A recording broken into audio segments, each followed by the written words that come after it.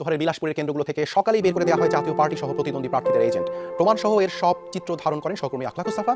এক কেন্দ্রে সরাসরি সম্প্রচার করতে গেলে নৌকার সমর্থকরা 1.5 ঘন্টা আটকে রাখে যমুনার টিমকে। নৌকার যদি হয় তাহলে তুই আরে ভাই আপনি আমাকে যেতে দেন, আপনি আমাকে আর বাধা দিতেছেন। আপনি তো আমার সাথে করতে পারেন না, এটা আপনার রাইট নাই, এটা আপনার রাইট নাই। আপনি কেন আমাকে কি করলেন? সম্মানিত দর্শক মণ্ডলী, বাংলাদেশে আজ জাতীয় সংসদ নির্বাচন অনুষ্ঠিত হয়েছে। সেই নির্বাচনকে কেন্দ্র করে বিভিন্ন জায়গাতে নৌকার প্রার্থীরা স্বতন্ত্র প্রার্থীদের উপর চড়া হয়েছে এবং সেখানে নৌকার লোকজন তারা স্বতন্ত্র প্রার্থীদের এজেন্টকে রুম থেকে বের করে দিয়েছে এবং তারা নিজে সিল মেরে দিয়েছে। এমনকি বিভিন্ন শিশু ভোটারদেরকে নিয়ে এসে তারা সেখানে নৌকায় ভোট দিয়েছে এমন অভিযোগ পাওয়া গেছে। একই সাথে যমুনা টিভির সাংবাদিকরা সেগুলো সরাসরি সম্প্রচার করতে গেলে যমুনা টিভির সমগ্র টিমকে তারা বন্দি করে 1.5 ঘন্টার মতো আটকে রাখে। প্রিয় দর্শক, সব কিছু মিলিয়ে ভিডিওটি অত্যন্ত গুরুত্বপূর্ণ, তাই না টেনে সম্পূর্ণটা দেখার অনুরোধ করছি। আর শব্দপূর্ণ আপডেট নিউজ সবার আগে পেতে চ্যানেলটিকে সাবস্ক্রাইব করে পাশে থাকা বেল বাটনটি অন করে একটা লাইক দিয়ে দেখতে থাকুন সম্পূর্ণ ভিডিওটি।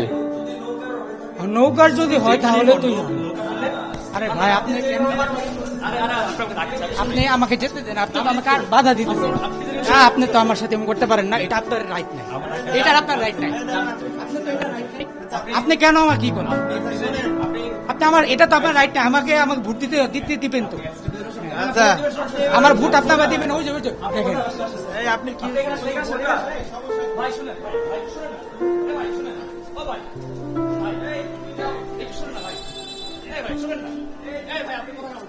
আপনার সামনে কিরকম ওপেন ভোট দিতে পারে কেউ?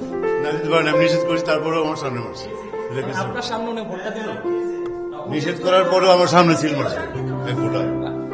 আপনি তো কিন্তু প্রেসিডেন্ট অফিসার, কেউ কি পারে অ্যাসিস্ট্যান্ট প্রেসিডেন্ট অফিসার সামনে এরকম ওপেন সিল মেরে জমা দিতে? আপনার এই জায়গায় কি সিল মারছে উনি? আমি তো ছিলাম বাহিরে। আমি ছিলাম কোথায়? সত্য কিনা? ছিলাম কোথায়? আমি তো ছিলাম বাহিরে, কিন্তু ওনার সামনে বসে যদি সিল মেরে তাহলে সেটা অন্যায় করছে। এখন ঠিকই করণীয় অন্যায় করছে, সেটা সে অন্যায় করছে। এখন আপনার যে ভোট দিয়ে গেছে, ঠিক আছে, ভোট দিয়ে গেছে, সে কোথায়?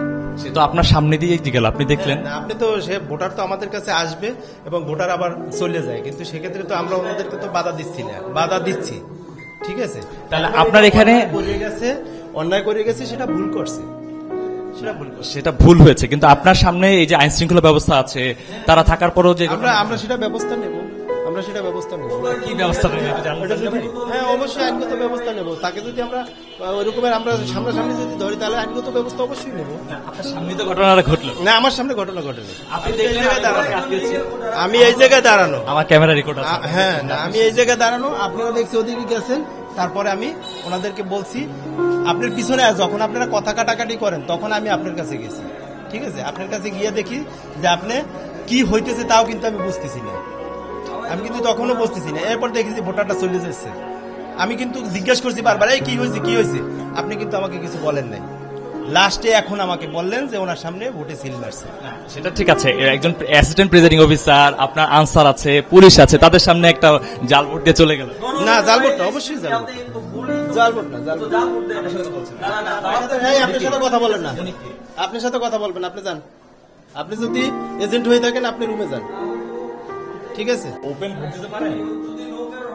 নৌকার যদি হয় তাহলে তুই আরে ভাই আপনি আমাকে যেতে দেন, আপনি তো আমাকে আর বাধা দিতেছেন। আপনি তো আমার সাথে করতে পারেন না, এটা আপনার রাইট নাই, এটা আপনার রাইট নাই। আপনি কেন আমাকে কি করলেন? আপনি আমার এটা তো আপনার রাইট নাই, আমাকে ভোট দিতে দিবেন তো। আচ্ছা, আমার ভোট আপনারা দিবেন। ওই যে দেখেন আপনি কি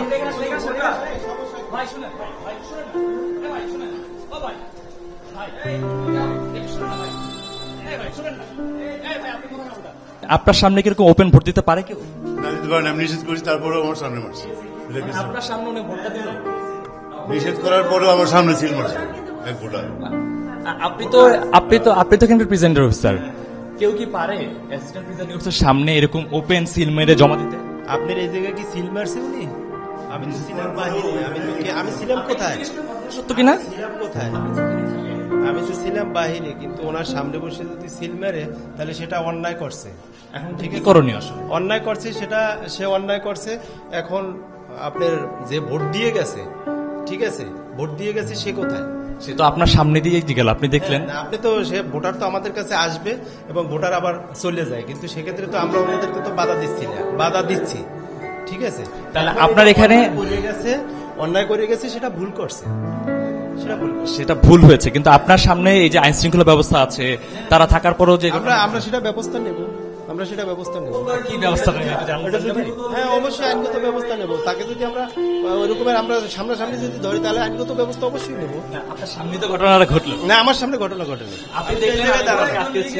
আমি এই জায়গায় দাঁড়ানো, আমার ক্যামেরা রেকর্ড আছে। হ্যাঁ না, আমি এই জায়গায় দাঁড়ানো, আপনারা দেখছি ওদিকে গেছেন, তারপরে আমি ওনাদেরকে বলছি আপনার পিছনে যখন আপনারা কথা কাটাকাটি করেন তখন আমি আপনার কাছে গেছি, ঠিক আছে। আপনার কাছে গিয়ে দেখি যে আপনি কি হইতেছে তাও কিন্তু আমি বুঝতেছি না, আমি কিন্তু তখনও বুঝতেছি না। এরপর দেখি যে ভোটারটা চলে যাচ্ছে, আমি কিন্তু জিজ্ঞেস করছি বারবার, এই কি হয়েছে কি হয়েছে, আপনি কিন্তু আমাকে কিছু বলেন নাই।